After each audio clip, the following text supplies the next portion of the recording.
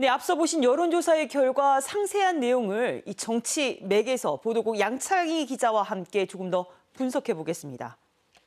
네, 양 기자, 이번 총선에서 광주 전남 가장 치열한 선거구로 꼽힌 곳이 이 담양 한평 영광 장성 선거구였는데, 근데 KBS 조사에서는 이계호 후보가 오차 범위 바깥에서 앞서는 걸로 나왔네요.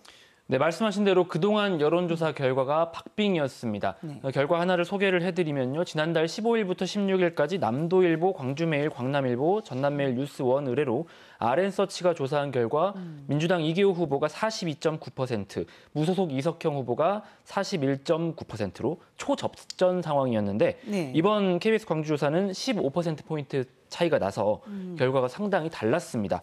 이 세부 사항을 좀 분석을 해보면 네. 일단 4개 군이 합쳐진 선거구인 만큼 지역별 차이가 꽤 났습니다. 담양과 장성은 이계호 후보가 우세했는데 각각 이계호 58%, 55%대 이석형 24%, 25%였던 반면 한평은 이석형 후보가 47%, 이계호 후보가 27%로 이석형 후보가 앞서고 있었고 네. 영광은 오차 범위 내에 이계호, 이석형 후보가 접전을 벌이고 있었습니다. 네. 지역별 차이가 컸고요. 또 지지 후보가 없다와 모름, 응답 거절 등을 다 더해보면 15% 정도가 나옵니다.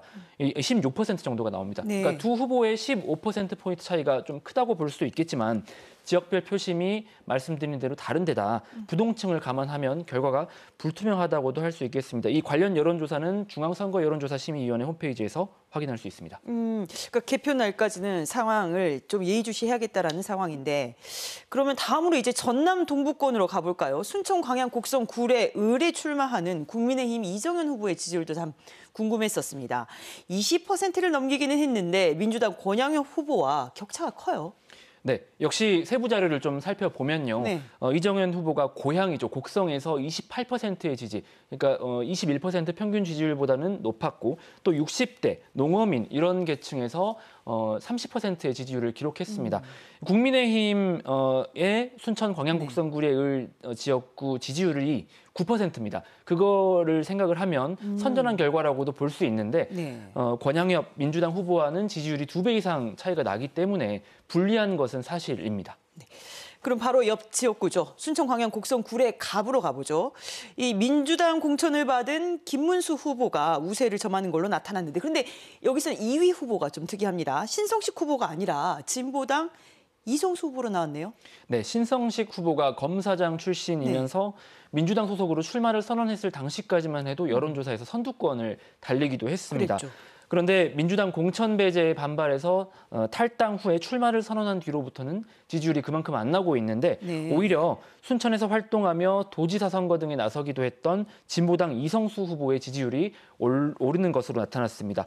지난 1월에 저희 KBS 광주 여론조사에서 8%를 기록했는데 이번에는 배 이상 오른 지지율을 기록했고요.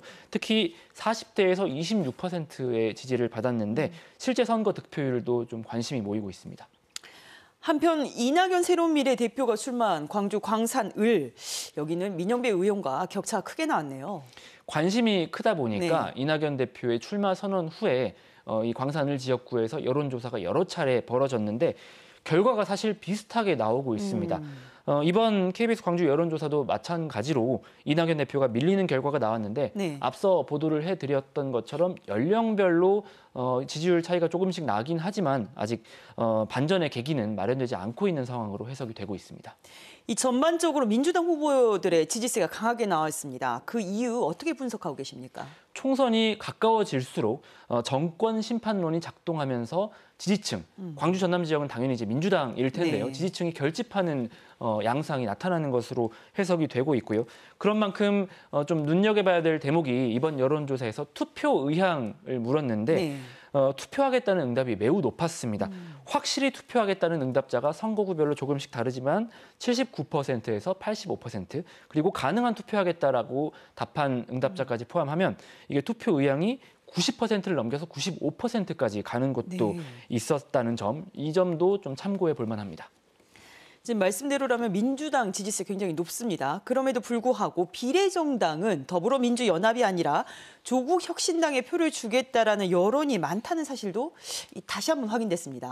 네, 이번 KBS 광주 여론조사 4개 선거구에서 비슷한 현상이 나타났습니다. 네. 민주당 중심 비례정당인 더불어민주연합과 조국혁신당이 오차범위 안에서 1, 2위를 다투고 있었던 건데 정당 지지율은 민주당이 높은데 비례대표를 어디에 찍을 거냐 이걸 물어봤더니 조국혁신당이 더불어민주연합만큼 높이 올라왔다는 건데요. 네. 이 거센 조국혁신당 돌풍이 선거를 앞두고 조금 사그라들 수도 있겠다 이런 예상도 있었지만 그게 아니라 여전히 유지되고 있다는 점을 좀 조사에서 확인할 수가 있었고요. 다만 이거는 선거구별 조사 결과라서 전체적인 양상 또 네. 지지율을 확인하기는 어려운데 내일은 별도로 광주 전남 유권자들을 대상으로 확인한 비례정당 지지율하고요. 또 현 이재명 대표 체제의 민주당에 대한 평가 결과 이런 것들도 좀 보도를 통해서 전해드릴 계획입니다.